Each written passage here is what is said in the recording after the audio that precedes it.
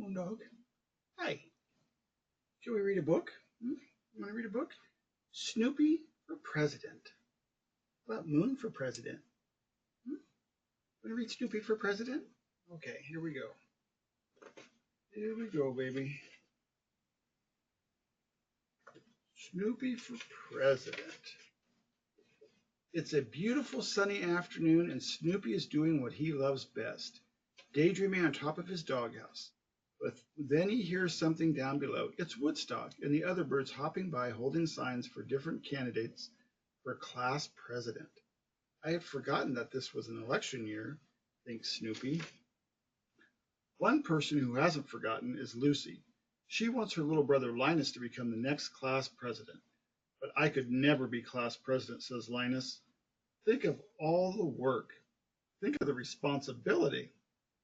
Think of the power, Lucy adds. Linus smiles. Actually, that sounds pretty good. I'll do it, he shouts. At school the next day, Linus doesn't waste any time getting the word out. If I'm elected class president, I will demand immediate improvements, he announces. Any little dog who happens to wander onto the playground will not be chased away, but will be welcomed with open arms. Snoopy likes the sound of that. But Linus has some competition. Pigpen is also running for class president, and some students are planning to vote for him. Lucy takes it upon herself to convince everyone in the school to vote for Linus. Hey, you, she shouts on the playground. Who are you going to vote for? Linus for sure, the kid replies. Well, you better, says Lucy. She turns to Linus. According to my private poll, you now have 85% of the vote.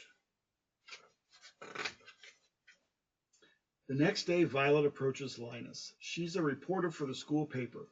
Would you care to tell us what you intend to do if you're elected class president, she asks. I intend to straighten things out, Linus says passionately. We are in the midst of a moral decline. Violet interrupts him. I'll just put down that you're very honored and will do your best, elected.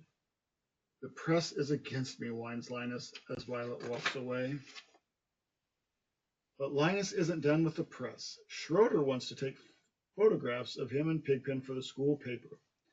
Let's pose you both with a dog, explains Schroeder. Snoopy comes bounding out and steals the spotlight. Looking good, Snoopy, says Schroeder. Maybe you should run for class president. Snoopy likes the sound of that. That afternoon, Snoopy transforms his doghouse into campaign headquarters. Woodstock will be his campaign manager. He's got a lot of ideas about what Snoopy should do, but he gets so excited by them that he paces right off the doghouse. My campaign manager isn't too bright, thinks Snoopy. Snoopy will just have to campaign by himself. He goes to school the next day and holds up a big sign with a paw print on it. Lucy is not pleased. I wouldn't vote for you if you were the last beagle on earth, she tells him. Snoopy starts to cry. All right, Lucy gives in. If you were the last beagle on earth, I'd vote for you. When Lucy walks away, Snoopy smiles. Sally approaches Snoopy next. I'm not sure if I'll vote for you or not, she says. Once again, Snoopy starts to cry.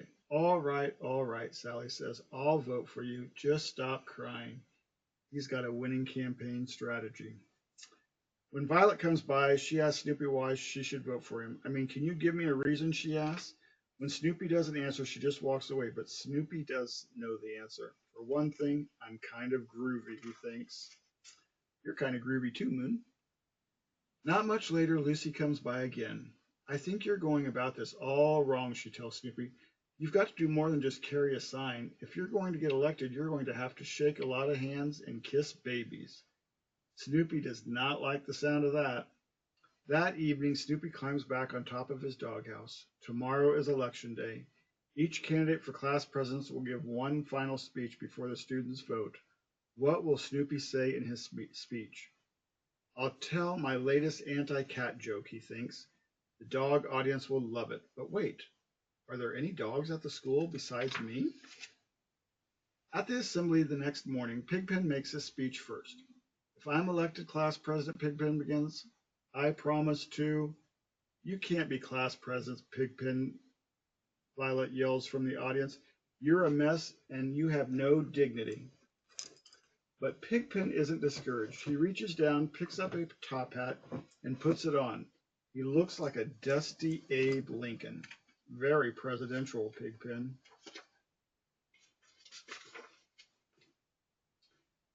Linus goes up to the podium next. In the audience, Lucy smiles. There's no way Linus can lose as long as he sticks to the script she wrote. Linus clears his throat. I want to talk to you this morning about the great pumpkin, he begins. Everyone in the audience starts to laugh. Oh, Lucy screams. The great pumpkin was the one thing Linus wasn't supposed to talk about. His chances of winning are over. Snoopy is the final candidate to take the stage. Before he goes on, Schroeder asks Snoopy what he plans to say. Woof, Snoopy replies. He's done for, Schroeder says to Linus. But Snoopy is determined. He walks proudly to the podium, clears his throat, and lets out a confident bark. Woof! The crowd goes wild. A few hours later, the votes are tallied. And Snoopy wins the election. Linus and Pigpen are disappointed. I'm sorry you didn't get elected class president, Pigpen, says Linus. You too, says Pigpen. Here we thought having photographs with a dog would get us votes, but instead they all voted for the dog. The end. Snoopy for president. Moon, do you want to be president? You want to be president, baby? You'd make a good president. Yes, you would. Did you like your story? I love you, baby. I love you very much. Okay, I'll vote for you for president.